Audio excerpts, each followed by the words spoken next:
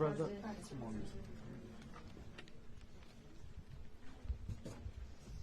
Okay, thank you very much. This is big stuff.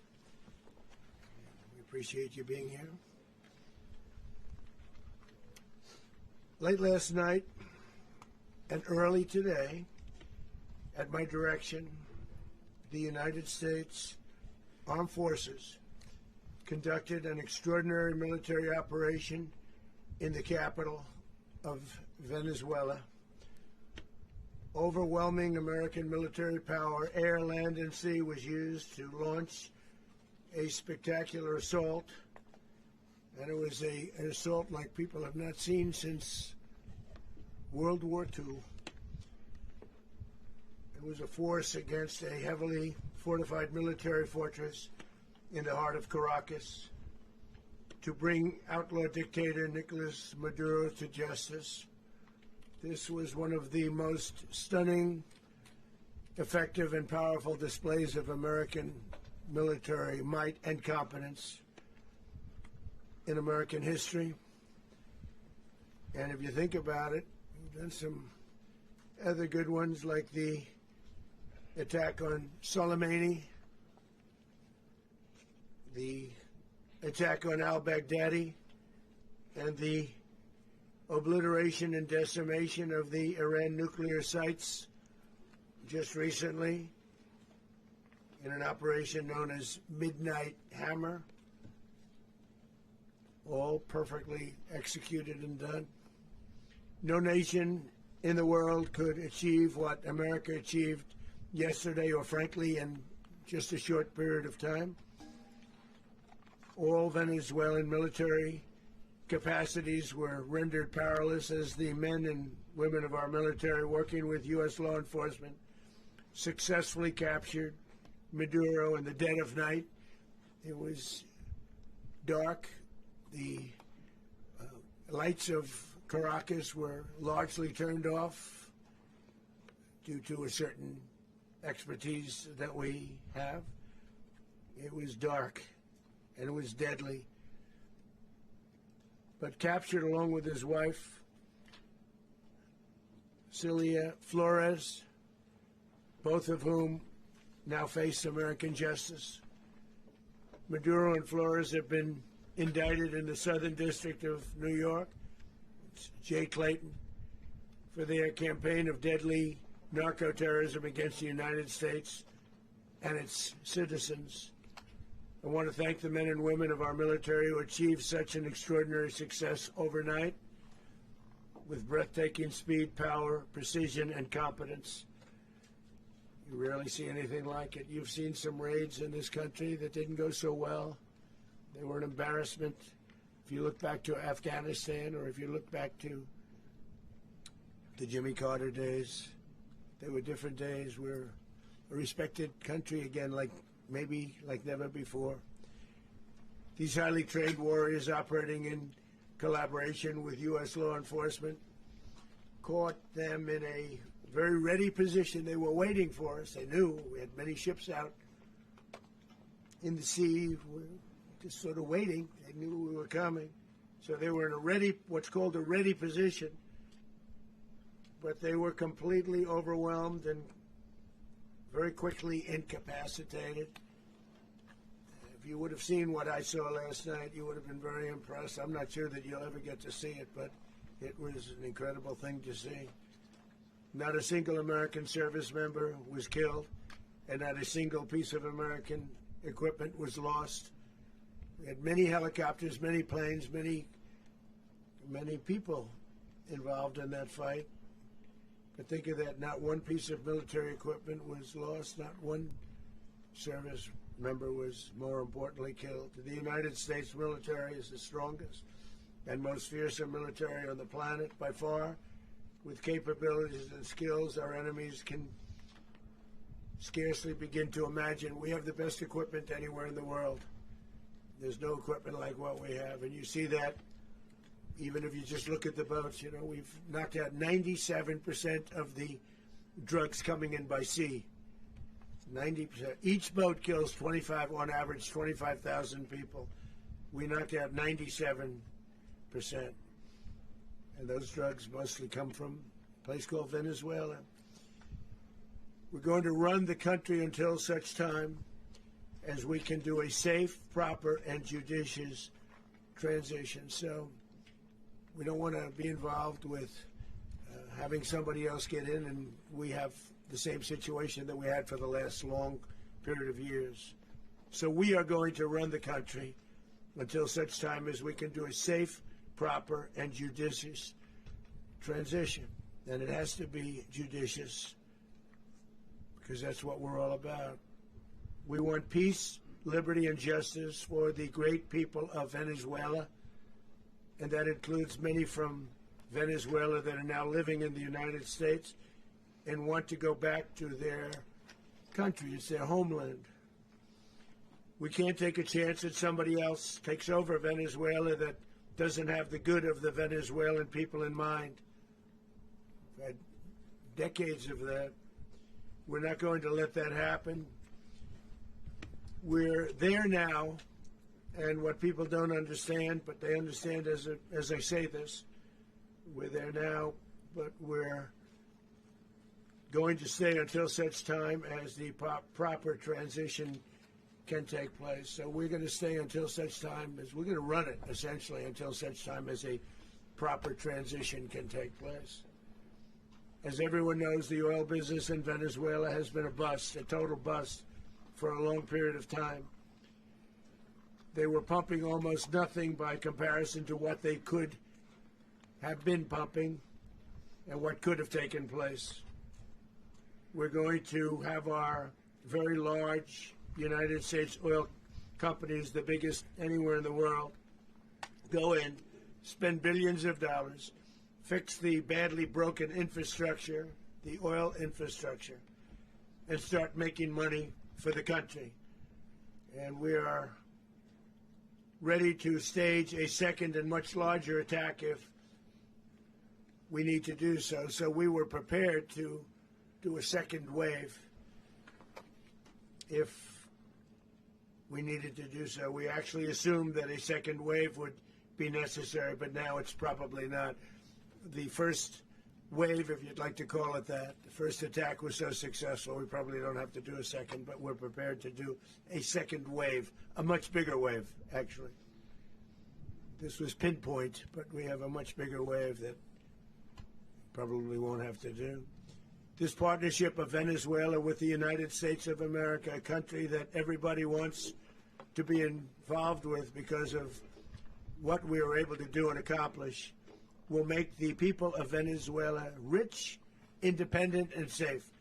And it will also make the many, many people from Venezuela that are living in the United States extremely happy. They suffered. They suffered. So much was taken from them. They're not going to suffer anymore. The illegitimate dictator Maduro was the kingpin of a vast criminal network responsible for trafficking colossal amounts of deadly and illicit drugs into the United States. As alleged in the indictment, he personally oversaw the vicious cartel known as Cartel de las Solas, which flooded our nation with lethal poison, responsible for the deaths of countless Americans, the many, many Americans. Hundreds of thousands over the years of Americans died because of him. Maduro and his wife will soon face the full might of American justice and stand trial on American soil. Right now they're on a ship. They'll be heading to, ultimately, New York, and then a decision will be made, I assume, between New York and Miami or Florida. But we have people where the overwhelming evidence of their crimes will be presented in a court of law. And I've seen it. I've seen what we have. It's both horrible and breathtaking that something like this could have been allowed to take place. For many years after his term as president of Venezuela expired, Maduro remained in power and waged a ceaseless campaign of violence, terror, and subversion against the United States of America, threatening not only our people, but the stability of the entire region. and you all saw it. In addition to trafficking gigantic amounts of illegal drugs that inflicted untold suffering and human destruction all over the country, all over, in particular, the United States, Maduro sent savage and murderous gangs, including the bloodthirsty prison gang, Tren de Aragua, to terrorize American communities nationwide, and he did indeed. They were in Colorado. They took over apartment complexes. They cut the fingers off people if they called police. They were brutal, but they're not so brutal now. And I just have to congratulate our military, Pete, and everybody, and our National Guard, because the job that they've done, whether it's in Washington, D.C., where we have a totally safe city, where it was one of the most unsafe cities anywhere in the world, frankly, and now we have no crime in Washington, D.C. We haven't had a killing. We had the terrorist attack a few weeks ago. A little bit of a different kind of a threat, but we haven't had a killing in a long period of time, 6-7 months. We used to have two, on average, 2 a week in Washington, our capital. We don't have that anymore. The restaurants are opening. Everyone's happy. They're going, they're walking their daughters, they're walking their children, their wives, they walk to restaurants. Restaurants are opening all over Washington, D.C. So I want to thank the National Guard. I want to thank our military. And I want to thank law enforcement. It's been amazing. And they should do it with more cities. We're doing it, as you know, and we're doing it in Memphis, Tennessee right now, and crime is down. We've just sort of started a few weeks ago, but crime is down now 77%.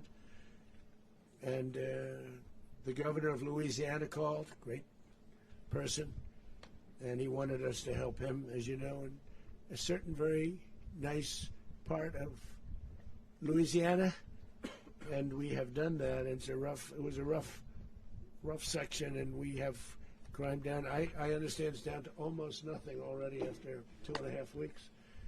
New Orleans, it's down to almost nothing, and we've only been there for 2.5 weeks. Can't imagine why governors wouldn't want us to help. We also helped, as you know, in Chicago, and crime went down a little bit there. We did a very small help because we had no working ability with the governor. The governor was a disaster, and the mayor was a disaster. But it knocked down crime. But we're pulling out of there when they need us. We'll know. You'll know. You'll be writing about it. And likewise, Los Angeles, where we saved Los Angeles early on, where the head of the police department made a statement that if the federal government didn't come in, we would have lost Los Angeles. That's long after the fires. That's when they had the riots in Los Angeles. We did a great job. Got no credit for it whatsoever, but that's okay. It doesn't matter. We don't need the credit. But we'll be pulling out when they need us. They'll call, or we'll go back if we have to. We'll go back. But we did a great job in various cities. But the place that we're very proud of is Washington, D.C., because it's our nation's capital. We took it from being a crime-ridden mess to being one of the safest cities in the country. But the gangs that they sent raped, tortured, and murdered American women and children. They were in all of the cities I mentioned, Tren de Aragua. And they were sent by Maduro to terrorize our people, and now Maduro will never again be able to threaten an American citizen or anybody from Venezuela. There will no longer be threats. For years I've highlighted the stories of those innocent Americans whose lives were so heartlessly robbed by this Venezuelan terrorist organization. Really one of the worst. One of the worst, they say the worst. Americans like 12-year-old Jocelyn Nungary from Houston. Beautiful Jocelyn Nungary, what happened to her? They, as you know, they kidnapped, assaulted, and murdered by Tren de Aragua animals. They murdered Jocelyn and left her dead under the bridge. There was a bridge that will never be the same to so many people after seeing what happened. As I've said many times, the Maduro regime emptied out their prisons, sent their worst and most violent monsters into the United States to steal American lives. And they came from mental institutions and insane asylums. They came from prisons and jails. The reason I say both, they sound similar. Actually, prisons a little bit more hostile, a little bit tougher. A mental institution isn't as tough as an insane asylum, but we got them both. They sent from their mental institutions, they sent from their jails, prisons. They were drug dealers, they were drug kingpins, they sent everybody bad into the United States. But no longer, and we have now a border where nobody gets through. In addition, Venezuela unilaterally seized and stole American oil, American assets, and American platforms, costing us billions and billions of dollars. They did this a while ago, but we never had a president that did anything about it. They took all of our property. It was our property. We built it. And we never had a president that decided to do anything about it. Instead, they fought wars that were 10,000 miles away. We built Venezuela oil industry with American talent, drive, and skill, and the socialist regime stole it from us during those previous administrations, and they stole it through force. This constituted one of the largest thefts of American property in the history of our country. Considered the largest theft of property in the history of our country. Massive oil infrastructure was taken like we were babies, and we didn't do anything about it. I would have done something about it. America will never allow foreign powers to rob our people or drive us back into and out of our own hemisphere. That's what they did.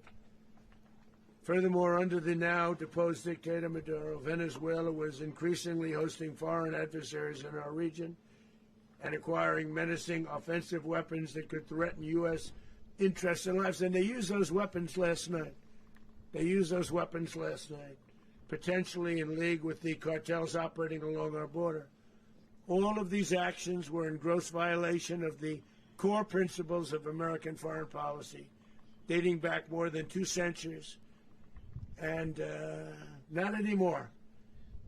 All the way back, it dated to the Monroe Doctrines, and the Monroe Doctrine is a big deal, but we've superseded it by a lot, by a real lot. They now call it the Monroe Document. I don't know. It's Monroe Doctrine. We sort of forgot about it. It was very important, but we forgot about it. We don't forget about it anymore. Under our new national security strategy, American dominance in the Western Hemisphere will never be questioned again. Won't happen. So just in concluding, for decades, other administrations have neglected or even contributed to these growing security threats in the Western Hemisphere. Under the Trump administration, we are reasserting American power in a very powerful way in our home region. And our home region is very different than it was just a short while ago. The future will be, and we did this in my first term. We had great dominance in my first term, and we have far greater dominance right now. Everyone's coming back to us. The future will be determined by the ability to protect commerce and territory and resources that are core to national security. These are core to our national security. Just like tariffs are, they've made our country rich, and they've made our national security stronger than ever before. But these are the iron laws that have always determined global power, and we're going to keep it that way. We will secure our borders, we will stop the terrorists, we will crash the cartels, and we will defend our citizens against all threats, foreign and domestic.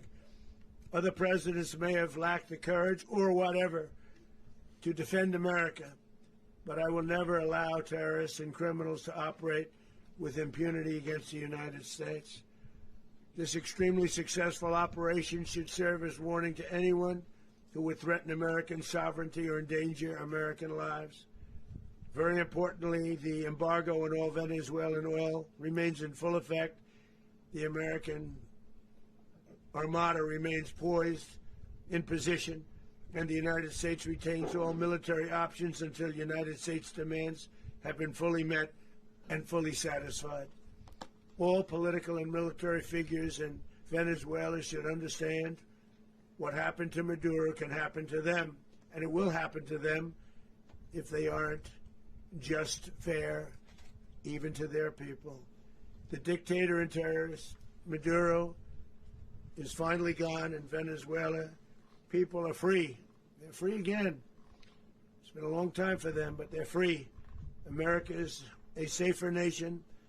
This morning, it's a prouder nation this morning because it didn't allow this horrible person and this country that was doing very bad things to us. It didn't allow it to happen. And the Western Hemisphere is right now a much safer place to be. So I want to thank everybody for being here. I want to thank General Raisin Kane. He's a fantastic man. I've worked with a lot of generals. I worked with some I didn't like. I worked with some I didn't respect. I worked with some that just weren't good. But this guy is fantastic. I watched last night one of the most precise attacks on sovereignty. I mean, it was an attack for justice. And I'm very proud of him, and I'm very proud of our Secretary of War, Pete Hegseth, who I'm going to ask to say a few words. Thank you very much. Mr. President, can you explain how the U.S. will run Venezuela? Well, thank you, Mr. President. Finally, a commander-in-chief the world respects and the American people deserve. And as the President said, words can barely capture the bravery and the power and the precision of this historic operation. A massive joint military and law enforcement raid flawlessly executed by the greatest Americans our country has to offer. American warriors are second to none, the best in the world and the best of our country. What all of us witnessed last night was sheer guts and grit, gallantry, and glory of the American warrior.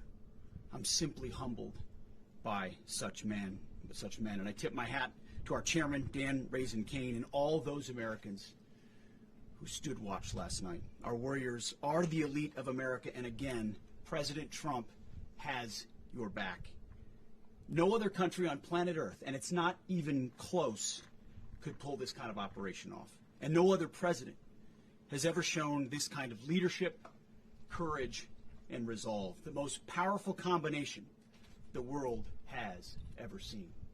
As the President said, our adversaries remain on notice. America can project our will anywhere, anytime. The coordination, the stealth, the lethality, the precision, the very long arm of American justice, all on full display in the middle of the night. Nicolas Maduro had his chance, just like Iran had their chance, until they didn't and until he didn't. He effed around, and he found out. President Trump is deadly serious about stopping the flow of gangs and violence to our country. Deadly serious about stopping the flow of drugs and poison to our people. Deadly serious about getting back the oil that was stolen from us. And deadly serious about reestablishing American deterrence and dominance in the Western Hemisphere. This is about the safety, security, freedom, and prosperity of the American people. This is America first. This is peace through strength. And the United States War Department is proud to help deliver it. Welcome to 2026, and under President Trump, America is back. I'd like to welcome now our chairman, Chairman Raisin Kane, to give a few more details about the operation. Mr. Chairman. Thank you, Mr. Secretary. Thank you, Mr. President, and good morning. Last night, on the order of the President of the United States and in support of a request from the Department of Justice, as the President said, the United States military conducted an apprehension mission in Caracas, Venezuela, to bring to justice two indicted persons, Nicolas and Cilia Maduro. This operation, known as Operation Absolute Resolve, was discreet, precise, and conducted during the darkest hours of January 2nd and was the culmination of months of planning and rehearsal, an operation that, frankly, only the United States military could undertake. What I'd like to do this morning is talk to you through some of the preparation and the details without compromising any of our tactics, techniques, and procedures. There is always a chance that will be tasked to do this type of mission again. Our interagency work began months ago and built on decades of experience of integrating complex air, ground, space, and maritime operations. While the past 2 decades have honed the skills of our special operations forces, this particular mission required every component of our joint force, with soldiers, sailors, airmen, Marines, and Guardians working in unison with our intelligence agency partners and law enforcement teammates in an unprecedented operation.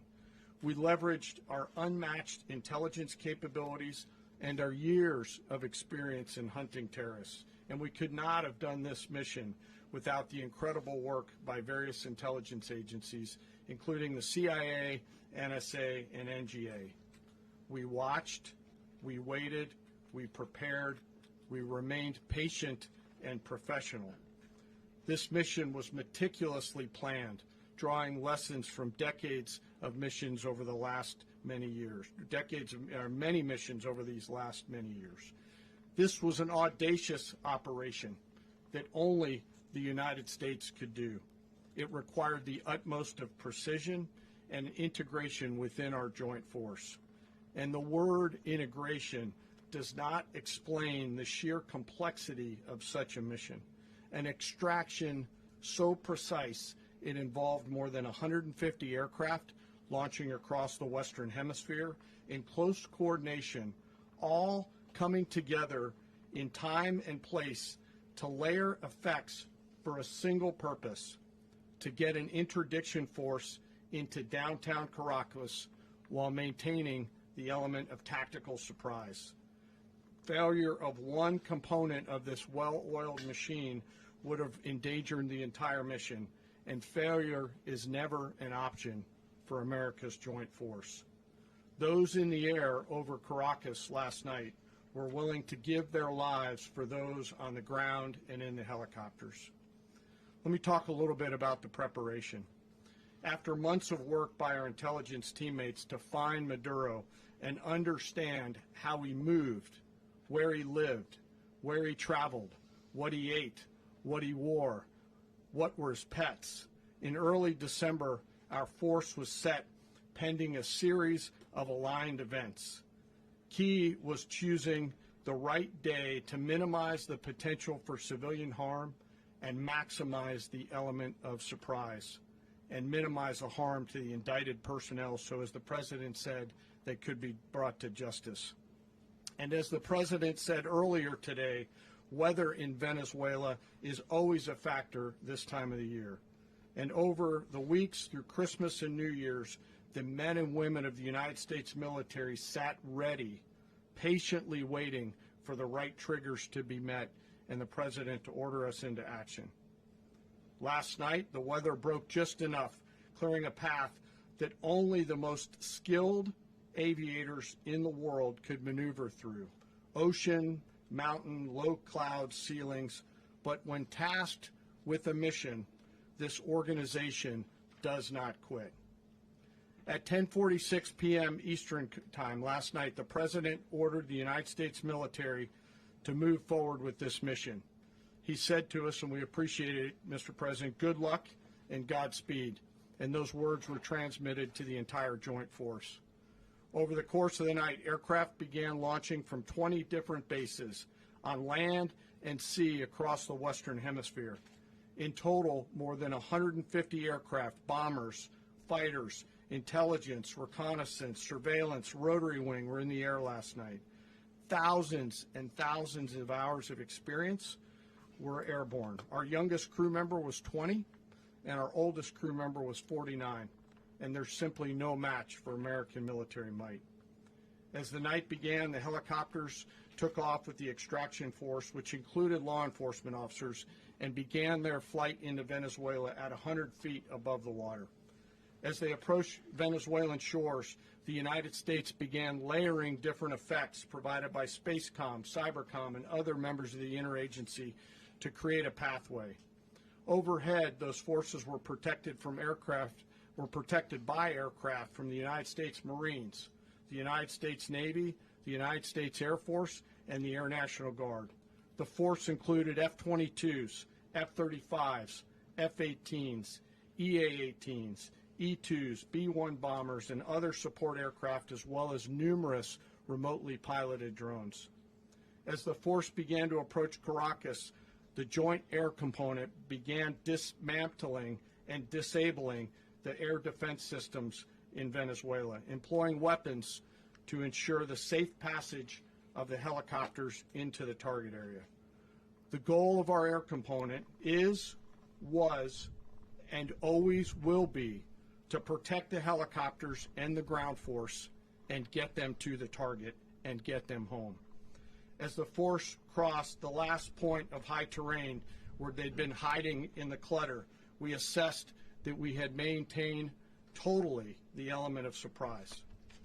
As the helicopter force ingressed towards the objective at low level, we arrived at Maduro's compound at 1:01 a.m. Eastern Standard Time, or 2:01 a.m. Caracas local time, and the apprehension force descended into Maduro's compound and moved with speed, precision, and discipline towards their objective, and isolated the area to ensure the safety and security of the ground force while apprehending the indicted persons.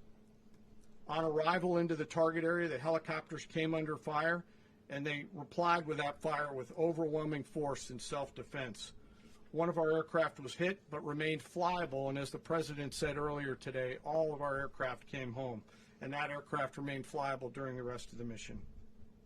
As the operation unfolded at the compound, our air and ground intelligence teams provided real-time updates to the ground force, ensuring those forces could safely navigate the complex environment without unnecessary risk. The force remained protected by overhead tactical aviation. Maduro and his wife, both indicted, gave up and were taken into custody by the Department of Justice, assisted by our incredible U.S. military with professionalism and precision, with no loss of U.S. life. After securing the indicted persons, the force began to prep for departure. Helicopters were called in to exfiltrate the extraction force, while fighter aircraft and remotely piloted aircraft provided overhead coverage and suppressive fire. There were multiple self-defense engagements as the force began to withdraw out of Venezuela. The force successfully exfiltrated and returned to their afloat launch bases, and the force was over the water at 3:29 a.m. Eastern Standard Time with indicted persons on board. And both Maduro and his wife were embarked aboard the USS Iwo Jima. In closing, what we've witnessed today is a powerful demonstration of America's joint force. We think, we develop, we train, we rehearse, we debrief, we rehearse again and again, not to get it right, but to ensure that we cannot get it wrong. Our jobs are to integrate combat power so when the order comes, we can deliver overwhelming force at the time and the place of our choosing against any foe anywhere in the world. I am immensely proud today of our joint force and filled with gratitude to represent them here today. There is simply no mission too difficult for these incredible professionals and the families that stand by them and support them. As we stand here this morning, our forces remain in the region at a high state of readiness, prepared to project power, defend themselves, and our interests in the region. This operation is a testament to the dedication and unwavering commitment to justice and our resolve to hold accountable those who threaten peace and stability. In closing, I want to express my heartfelt gratitude to the brave men and women who executed this mission. Their courage and tireless commitment to our nation are what makes us strong. Thank you, Mr. Secretary, and thank you, Mr. President. Well, I don't have much to add to what you've heard now, other than the following points. Nicolas Maduro was indicted in 2020 in the United States. He is not the legitimate president of Venezuela. That's not just us saying it. The first Trump administration, the Biden administration, the second Trump administration, none of those three recognized him. He's not recognized by the European Union and multiple countries around the world. He is a fugitive of American justice with a $50 million reward, which I guess we saved $50 million. And We should make sure. yeah, exactly. But Don't let anybody claim it. Nobody deserves it but us. But I want to be clear about one thing. Nicolas Maduro had multiple opportunities to avoid this. He was provided multiple very, very, very generous offers and chose instead to act like a wild man, chose instead to play around. And the result is what we saw tonight. The other message here is the following. You have a guy, like many people around the world, they like to play games. You have a guy who decides he's going to invite Iran into his country, is going to, do the confiscation of American oil companies, is going to flood our country with gang members, is going to take Americans prisoner and try to hold them for hostage and trade them like he was able to do with the Biden administration. Basically likes to play games all this time and thinks nothing's going to happen. And I hope what people now understand is that we have a president. The 47th president of the United States is not a game player. When he tells you that he's going to do something, when tells you he's going to address a problem, he means it. He actions it. I can tell you, I've watched this process now for 14, 15 years, been around it. Everybody talks. I'm going to do this. I'm going to do that. When I get there, we're going to do this. We're going to take. This is a president of action. Like, I don't understand yet how they haven't figured this out. And now, if you don't know, now you know.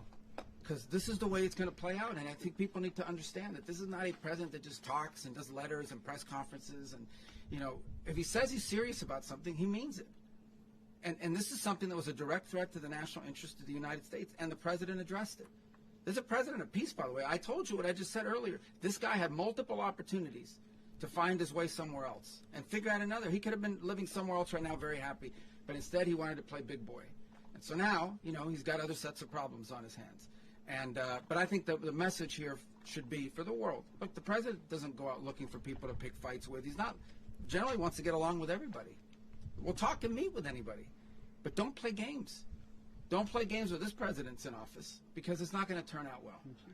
And so I hope that, I guess that lesson was learned last night, and we hope it'll be instructive moving forward. Is that a message for Cuba? Mr. President. Mr. President. Mr.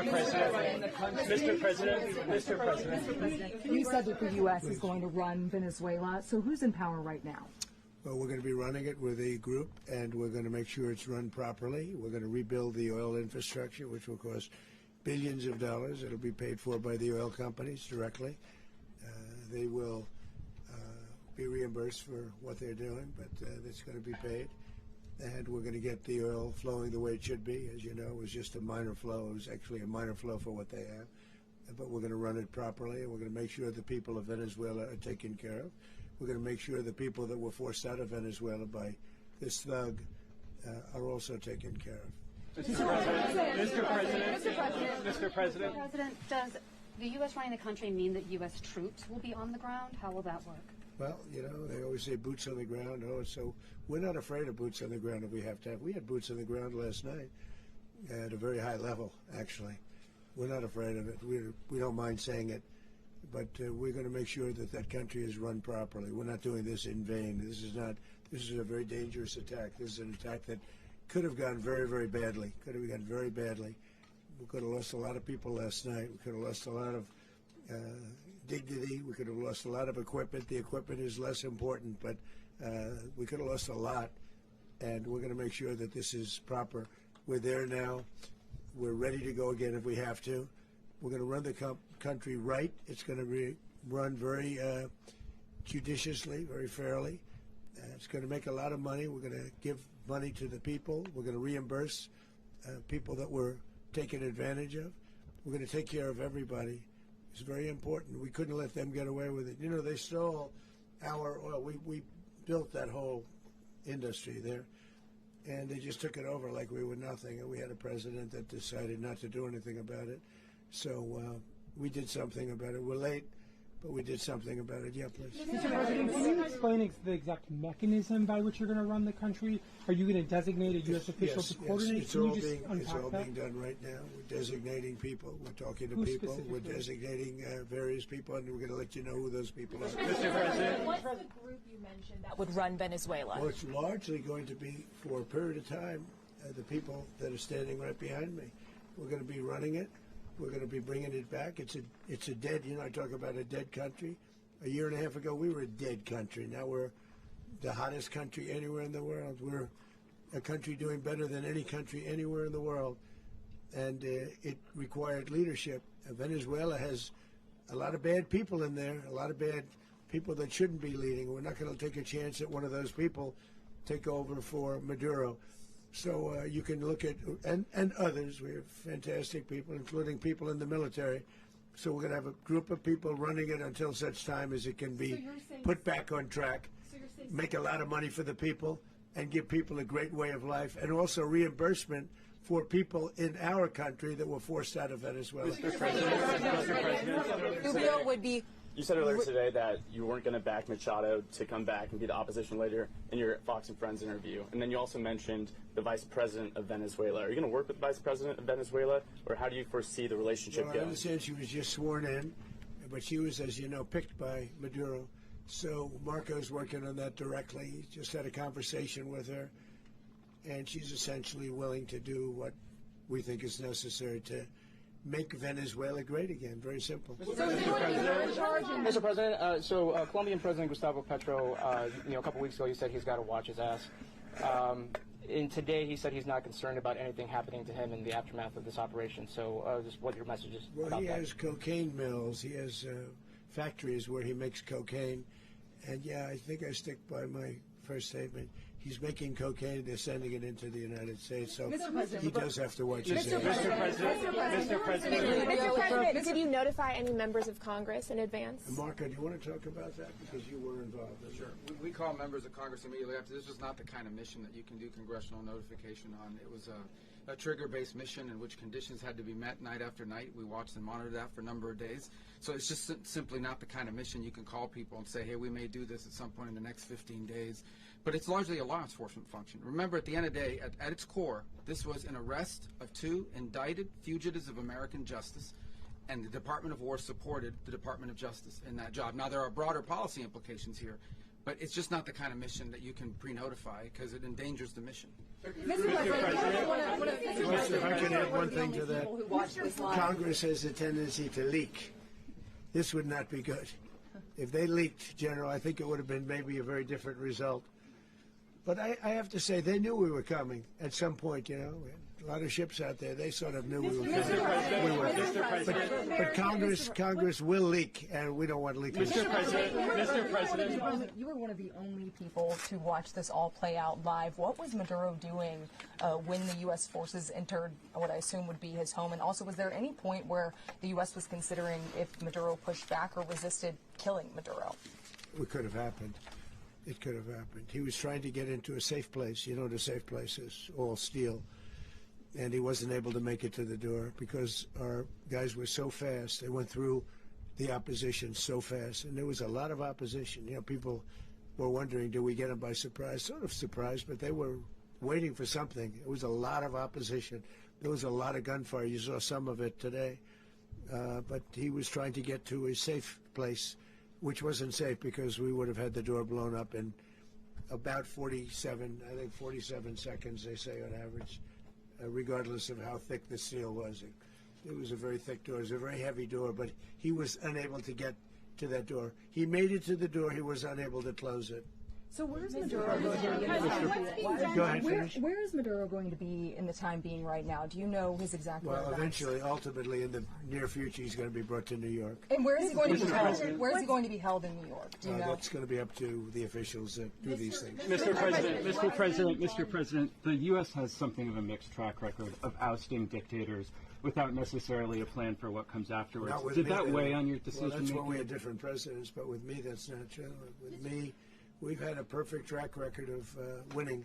We win a lot, and we win. If you look at Soleimani, you look at al-Baghdadi, you look at the Midnight Hammer. Midnight Hammer was incredible. Right now, you wouldn't have peace in the Middle East. We have essentially peace in the Middle East because of that. If we weren't successful with Midnight Hammer, you wouldn't have peace in the Middle East. So, with me, you've had a lot of victory. You've had only victories. You've had no losses. Yeah. Mr. President, can you? How long do you expect the U.S. to run Venezuela? And how soon do you want the Venezuelan people to hold elections? So I'd like to do it quickly, but it takes a period of time. You know, we're rebuilding. We have to rebuild their whole infrastructure. The infrastructure is rotted. It's actually very dangerous. It's a, blow-up territory. Oil is very dangerous. It's a very dangerous thing to take out of the ground. It can kill a lot of people. It has killed a lot of people doing just that. The infrastructure is old. It's rotted. Much of it is stuff that we put there 25 years ago, and we're going to be replacing it. And we're going to take a lot of money out so that we can take care of the country. Are you saying that Secretary Rubio and Mr. President, China, Russia, and Iran have interests in Venezuela. How does this operation affect your relationships with them when it comes to the oil China and drugs? and Russia, Russia when we get things straightened out. But in terms of other countries that want oil, we're in the oil business. We're going to sell it to them. We're not going to say we're not going to. In other words, we'll be selling oil, probably in much larger doses because they couldn't produce very much because their infrastructure was so bad. So we'll be selling large amounts of oil to other countries, many of whom are using it now, but I would say many more will come. Are you saying that, Mr. President, are you saying that? Oh. Mr. President, thank you. What is your message to the people of Venezuela today? Of course, the civilian population specifically, they have a lot of questions. What is your message to the people of Venezuela? That you're going to have peace, justice. You're going to have some of the riches that you should have had for a long period of time. It was stolen from you. But you're going to have peace, and you're going to have safety. You're going to have justice. You're going to have a country. You're going to have a real country. You're going to have potentially a great country. You know, if you go back 20 years, maybe even a little longer ago, that was a great country, and they destroyed it. Remember I said that if we lose this election, the United States will be Venezuela on steroids. That's what would have happened. Had we lost the election, the 2024 election, we suffered so badly. When you look at the border from 2020, what they did, what Joe Biden administration did to our country should never be forgotten. But if we had to go through another year of that, we wouldn't have. We would be exactly where Venezuela was in terms. I used to say, if they win, we're going to be Venezuela on steroids, and that's what would have happened. President, thank you. Are you saying that Secretary Hegseth and Rubio are going to be running Venezuela, and will you be sending in U.S. military troops to provide? They're going to be a team that's working with the people of Venezuela to make sure that we have Venezuela right. Because for us to just leave, who's going to take over? I mean, there is nobody to take over. You have a vice president who's been appointed by Maduro. And right now she's the vice president, and she's, I guess, the president. She was sworn as president just a little while ago. She had a long conversation with Marco, and she said, we'll do whatever you need. I think she was quite gracious, but she really doesn't have a choice. We're going to have this done right. We're not going to just do this with Maduro, then leave like everybody else, leave and say, let it go to hell. If we just left, it has zero chance of ever coming back. We'll run it properly. We'll run it professionally. We'll have the greatest oil companies in the world go in and invest billions and billions of dollars and take out money, use that money in Venezuela. And the biggest beneficiary are going to be the people of Venezuela. And also, I can't stress this strongly enough, the people that got thrown out of Venezuela that are now in the United States, and frankly, some want to stay, and some probably want to go back. Yeah. So, Mr. President, what is being done to protect Americans in the country, and were any of the detained Americans Well, right now they're very last protected night? because nobody's going to mess with us. They're very protected. The people of, and we let them know that you better not touch one of them. And are you concerned that bad elements of the Maduro regime will remain in place? Well, we know who they are. We're on them, and they're acting much differently now than they would have acted 2 days ago. And what can you okay, say wait, about behind you, please. Mr. President, why is running a country in South America America first? Well, I think it is because we want to surround ourselves with good neighbors. We want to surround ourselves with stability. We want to surround ourselves with energy. We have tremendous energy in that country. It's very important that we protect it. We need that for ourselves. We need that for the world. And we want to make sure we can protect it. Yes, sir. Please, go ahead. Yeah, is there a message here for Cuba and Diaz-Canel? Well, Cuba's an interesting case. Cuba is, not doing very well right now. That system has not been a very good one for Cuba. The people there have suffered for many, many years. And I think Cuba is going to be something we'll end up talking about because Cuba is a failing nation right now, very badly failing nation. and we want to help the people. It's very similar in the sense that we want to help the people in Cuba, but we want to also help the people that were forced out of Cuba and living in this country. Do you want to say something about that, Marco, please? Well, I mean, I just gave you a statement a few minutes ago about, when the president speaks, you should take him seriously. So, suffice it to say, Cuba is a disaster. It's run by incompetent, senile men, and in some cases, not senile, but incompetent nonetheless. It has no economy. It's in total collapse. And by the way, they were, all the guards that helped protect Maduro, this is well known, their whole spy agency, all that were full of Cubans. I mean, they basically, it's amazing. This poor island took over Venezuela in some cases. One of the biggest problems the Venezuelans have is they have to declare independence from Cuba that tried to basically colonize it from a security standpoint. So, yeah, look, if I lived in Havana and I was in the government, I'd be concerned, at least a little bit. Are you cutting off the oil flow to Cuba from Venezuela? Well, the president already announced a week ago that anything that's sanctioned, it's sanctioned oil, it's not going to be allowed to get there. So that's an The answer is yes. Mr. President, is the U.S. aware of the location of opposition leader Machado, and have you been in contact with her? No, we haven't. Mr. President, on Monday. Oh, I think it would be very tough for her to be the leader. She doesn't have the support within or the respect within the country. She's a very nice woman, but she doesn't have the respect. Mr. President, is it possible that the U.S. ends up administrating Venezuela for years? Well, it won't cost us anything because the money coming out of the ground is very substantial, so it's not going to cost us anything. So the U.S. isn't going to dedicate we will. money to... Well, we want safety there. We want to be surrounded by countries that aren't housing all of our enemies all over the world. That's what was happening, and you don't want to have that. But we're going to be rebuilding, and we're not spending money. The oil companies are going to go in. They're going to spend money. We're going to take back the oil that, frankly, we should have taken back a long time ago. A lot of money is coming out of the ground. We're going to get reimbursed for all of that. We're going to get reimbursed for everything that we spend. So it's going to be a very important. This is a very big evening that took place last night. We have to be surrounded by safe, secure countries, and we also have to have energy. Very important. We have to have energy that's real energy, not where they're getting 4% and 5% of the energy out of the ground. You take a look. It was such a disaster. So what's going to happen with Venezuela, I think, over the next period of a year is going to be a great thing, and the people of Venezuela will be the biggest beneficiaries. Mr. President, on Monday, U.S. military. Mr. President, thank you. What did you last speak to Maduro about when you spoke? And is the Well, US I don't want to get into the Venezuela? conversations, but I did have conversations with him, and I said, you got to surrender. And I actually thought he was pretty close to doing so, but now he wished he did, yeah. Mr. President, can you explain, you said that Maduro is responsible for drug trafficking. You recently pardoned the former president of Honduras who was convicted of many drug trafficking. Can you explain how these two situations are different? And would you ever pardon Maduro? I endorsed, as you know, the winning president, the man who won in Honduras. I endorsed the man who won in Chile. I endorsed the man who won in Argentina. And we are doing very well with that whole group. What the man that I pardoned was, if you could equate it to us, he was treated like the Biden administration treated a man named Trump. That didn't work out too well for them. This was a man who was persecuted very unfairly. He was the head of the country. He was persecuted very unfairly. And there are a number of them. And we felt that it was a very unfair situation that happened to him. He's also a party member of the man who won. So obviously the people liked what I did.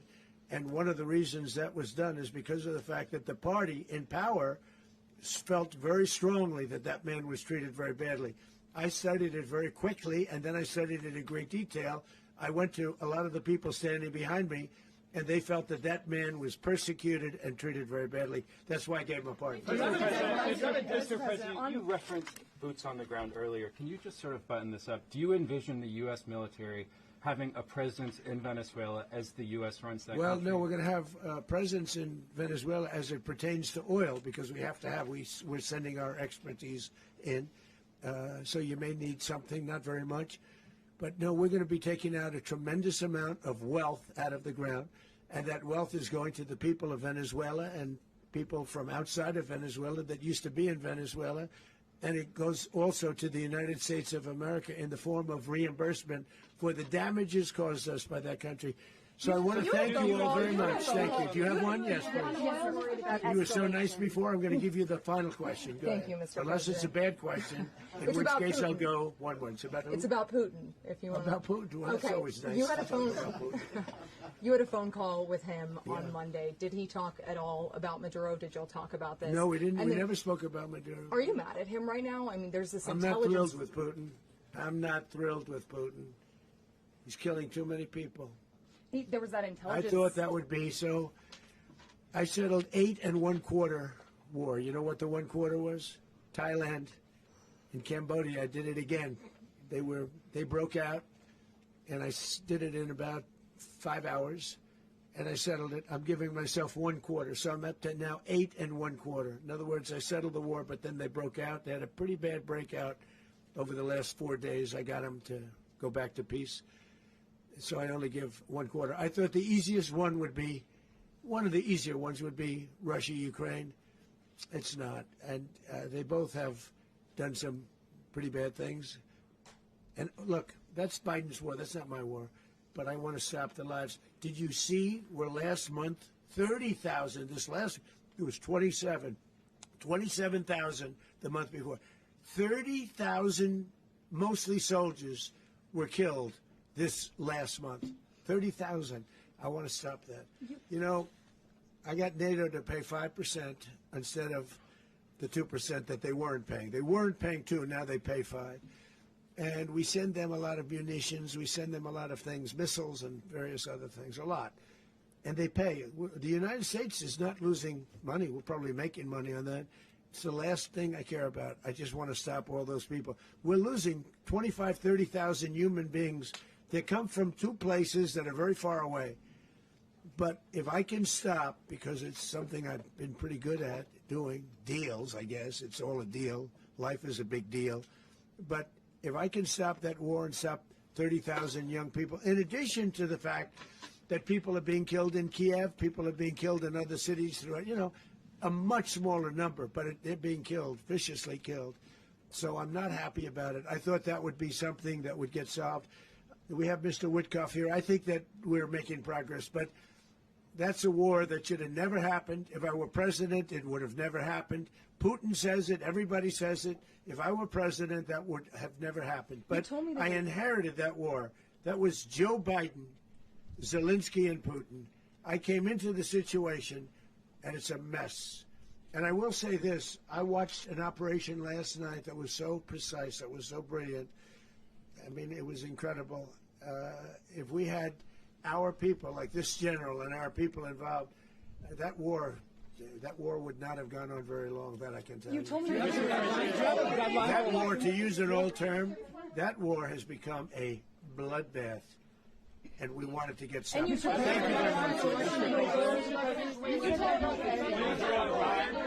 Are you concerned a rogue Venezuelan general can take over the country? Can you talk about your conversation with the vice president?